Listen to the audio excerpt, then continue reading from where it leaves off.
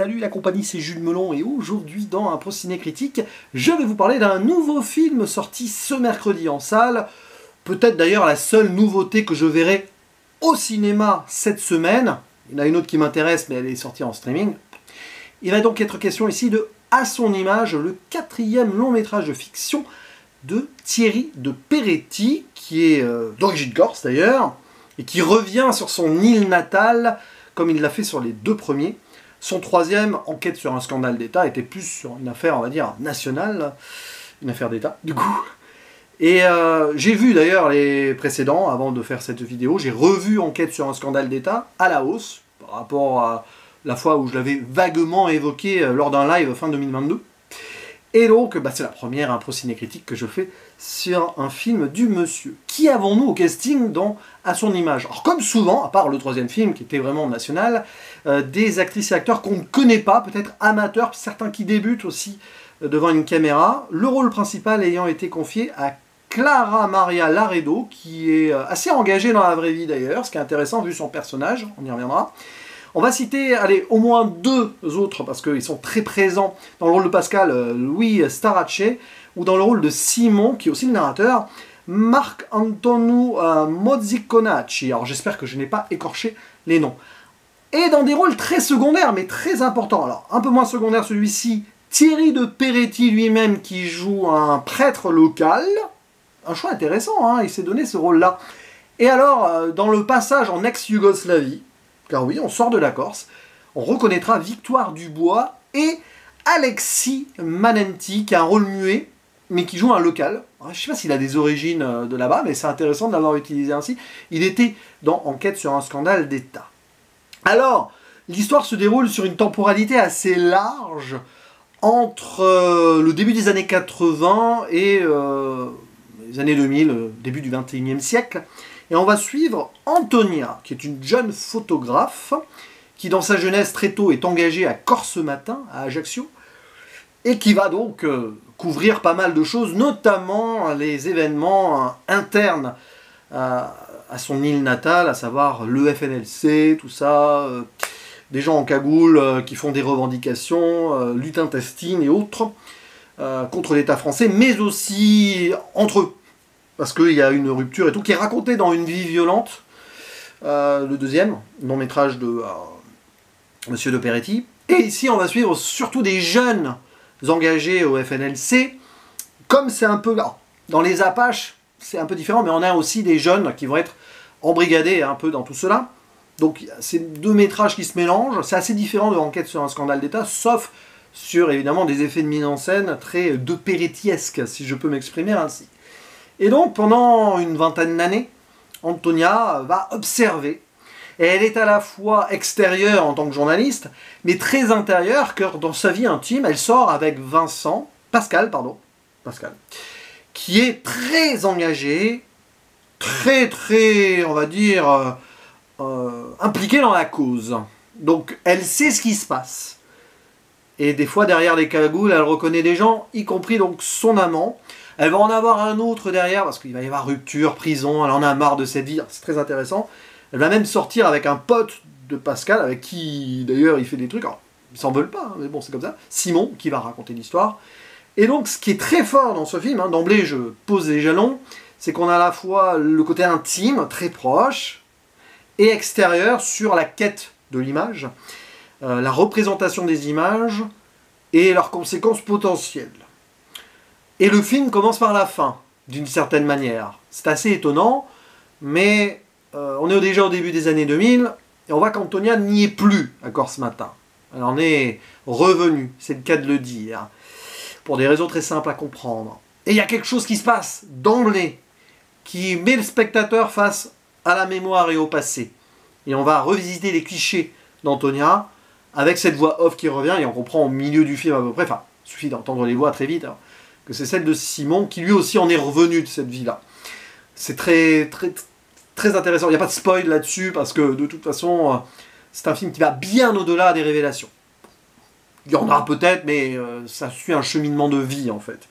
Et il est difficile de vivre sa vie dans ces situations-là. Vie intime et vie d'engagement qui parfois tourne au sacrifice, clairement. De militer pour une cause, c'est bien, c'est engagé, mais quand ça va trop loin et que ça va avec des égos et des luttes intestines, non. C'est justement un vrai dialogue que De Peretti fait ici avec la guerre interne au sens large. Pas étonnant qu'il sorte son métrage à un moment de la Corse pour aller en ex-Yougoslavie, hein, le conflit de l'époque au début des années 90, où très vite, au-delà des engagements politiques, il y a eu d'autres soucis bien plus graves. Et c'est intéressant de voir ce film de nos jours, parce que ça résonne peut-être encore en Corse aujourd'hui, mais avec l'actualité, hein, guerre en Ukraine, guerre au Proche-Orient. Toujours, à un moment, ça va au-delà des vrais engagements. C'est pour ça qu'il faut prendre un peu de recul, et parfois des clichés ici, pris comme cela, bah, ça dépend ce que tu en fais derrière. Et c'est toute l'histoire du film. C'est brillant, sur pas mal de points. Jusqu'ici, De Peretti, disons que ça chauffait le chaud et le froid. Ouais, bon, c'était entre un peu les deux, mais déjà Enquête sur un scandale d'État, quand je l'ai revu là récemment, j'ai beaucoup plus apprécié que la première fois. Alors, l'histoire m'intéresse pas spécialement des masses, c'est toujours pareil. Après, il faut vraiment s'intégrer au récit, à la diégèse du truc. Après, ce sont surtout des humains qu'on filme. Alors, dans Enquête sur un scandale d'État, c'était des hommes. Là, c'est plus une femme, mais autour d'hommes hein, aussi. Les Apaches étaient très puissants pour moi parce qu'on était vraiment dans l'intime. Il y avait quelque chose qui était très fort, avec des petites maladresses d'un premier métrage, mais quand même, on est vraiment à fond. Une vie violente, par exemple, j'étais laissé un peu haqué par le côté très didactique, très politico-politique ultime de la chose. Quand tu n'es pas passionné ultimement par tout ça, tu restes un peu haqué. Là, il refait une vie violente très différemment, mais on suit voilà, un process comme ça, mais d'un regard extérieur-intérieur à la fois, qui fait qu'on est dans un film profondément intimiste. On est presque dans une forme de mélodrame, mais très contrôlé, qui est latent à une tragédie globale, parce que, voilà, cette lutte perpétuelle, pour des engagements, on le voit, c'est dans la racine de la Corse, c'est quelque chose de complexe, mais quand on voit qu'une certaine jeune génération, ben, des gens là, vont au-delà de ça et s'impliquent limite de trop, en oubliant peut-être le nœud précis de la cause et les gens autour, on voit hein, la génération plus ancienne ici, qui nous est montrée, ne comprend pas tout. Et pourtant, ces gens-là aiment la Corse. Les deux, même s'ils ne se comprennent pas, tous aiment la Corse en fait.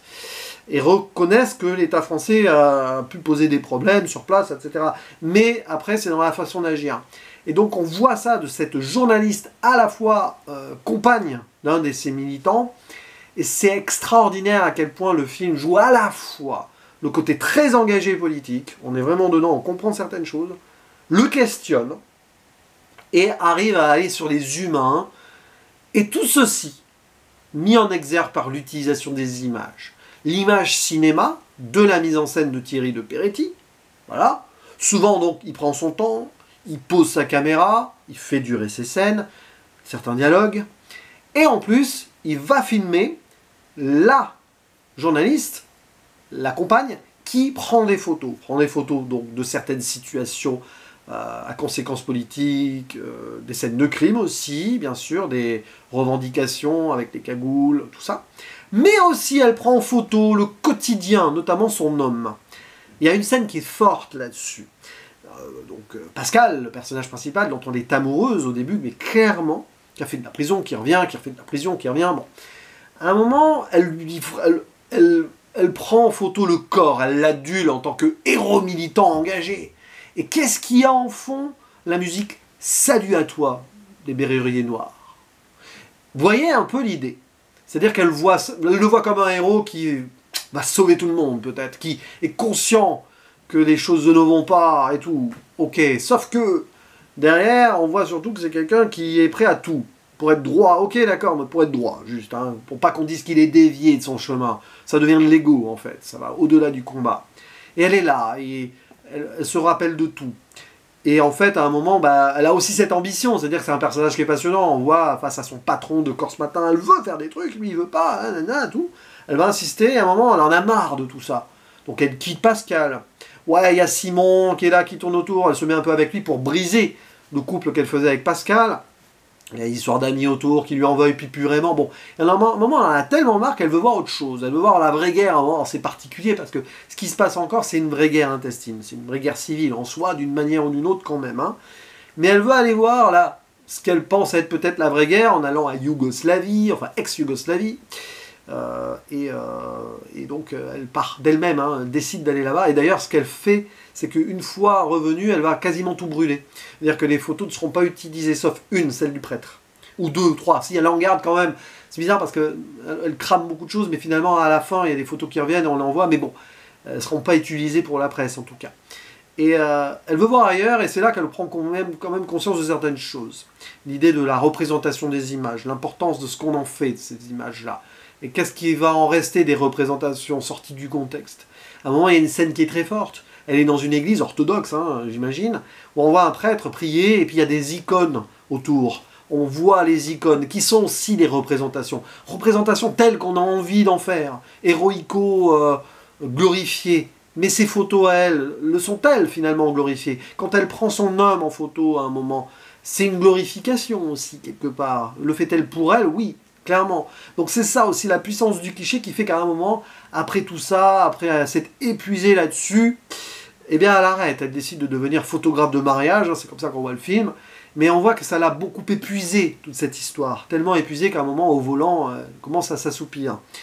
Et après, ben, on commence comme ça et on boucle la boucle. J'en dis pas plus, mais il y a une forme de violence au début, il y a une forme de violence à la fin, et le film dit beaucoup là-dessus. Et Thierry de Peretti, il arrive à allier ça. C'est-à-dire qu'il y a un engagement total.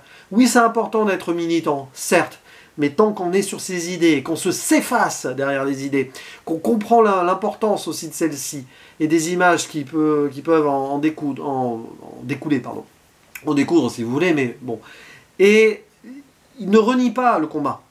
Mais ce qu'il renie, c'est l'excessivité de ce combat-là qui va au-delà de la cause, qui va au nom des hommes. À un moment, ben, ils se trahissent eux-mêmes. Enfin, il y a une histoire, voilà, quand le FLNC, probablement d'ailleurs, à l'époque, Canal historique, il va y avoir une scission. C'est là où on commence à se demander pourquoi le combat, quelle est l'idée derrière si on n'arrive pas à être ensemble. C'est cette idée-là. Et le fait qu'il joue un prêtre qui constate, hein, celui qui connaît sa paroisse et tout, on le voit à un moment, il est à cran, il a envie de comprendre ce qui se passe, mais il ne comprend plus. C'est ça qui est paradoxal. Et Thierry de Peretti, c'est marrant parce qu'il joue ce gars qui a l'âge qu'il a aujourd'hui, mais lui, il a vécu cette histoire quand il était jeune, peut-être à l'âge d'ailleurs de ces jeunes-là que l'on voit dans le film, plus ou moins. Et c'est passionnant qu'il fasse cela. C'est sûrement d'ailleurs en dialogue avec le bouquin, parce que je crois que Jérôme Ferrari est à peu près âgé, enfin ils sont de la même génération, donc c'est super passionnant ça. Puis l'utilisation des images, évidemment, qu'elles reviennent à un moment. Il y a toute une fin extraordinaire sur l'idée de transmission aussi, de souvenirs.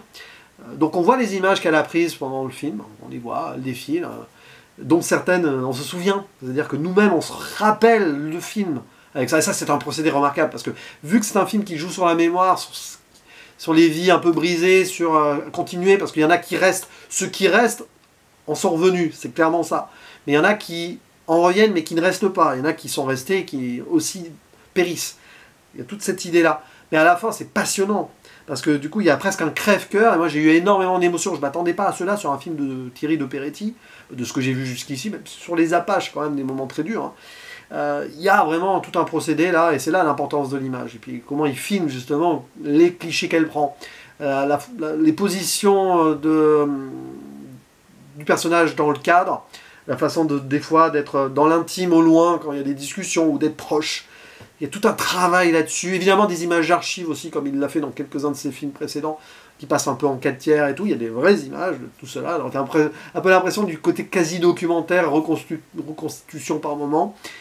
Mais justement, attention, il nous dit à ce moment-là, en mettant des images d'archives, attention, moi, mon film, hein, ce sont des images que je fais, hein, la représentation que vous allez en faire, vous, posez-vous la question. Il questionne lui-même son film en faisant cela. Et donc cette fin où il y a l'idée du professeur, celui qui est narrateur est devenu professeur, il y a la jeunesse qui vient, elle veut en savoir plus. Il y en a un qui devient père de famille aussi, voilà, la vie peut quand même continuer, mais il faut faire des choix. Il faut faire des choix qui vont parfois au-delà de son engagement. Quand à un moment on a décidé de vivre quelque chose soi-même, c'est un choix difficile, et parfois il faut rester aussi dans ses idées et ne pas trop vouloir en faire.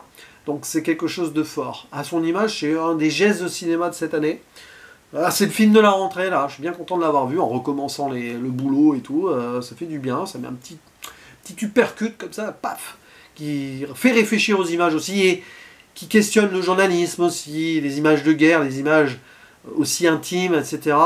Il y a beaucoup plus de cinéma engagé et passionnant ici que dans Civil War, par exemple, sorti plus tôt cette année. C'est là qu'on se dit, voilà, quand le cinéma veut vraiment parler de son monde et de son rapport à l'image, ben, il faut faire certains choix aussi, comme les personnages. Et Monsieur de Peretti, là, à mon avis, il a fait le bon. De mon point de vue, en tout cas, bien sûr. N'hésitez pas à dire en commentaire ce que vous pensez de ce film. Alors j'espère qu'il sera bien distribué, que vous l'avez près de chez vous. N'hésitez pas à aller le voir. À voir aussi les films précédents du monsieur, mais vous pouvez découvrir son cinéma avec celui-ci. Il n'y a pas de souci là-dessus. Vous verrez ce qu'il a eu envie de montrer. C'est pas un message donneur de leçons et moraliste du tout, pour autant. C'est un message de témoignage, d'image et de réflexion sur la place de l'humain dans ses actes et dans ses actions. Et aussi la place de la vie dans tout ça. C'est pas facile. Se battre pour une certaine vie, mais est-ce que le sacrifice en vaut toujours la chandelle? Voilà. Allez, je vous dis rendez-vous dans les commentaires et à la prochaine. Ciao.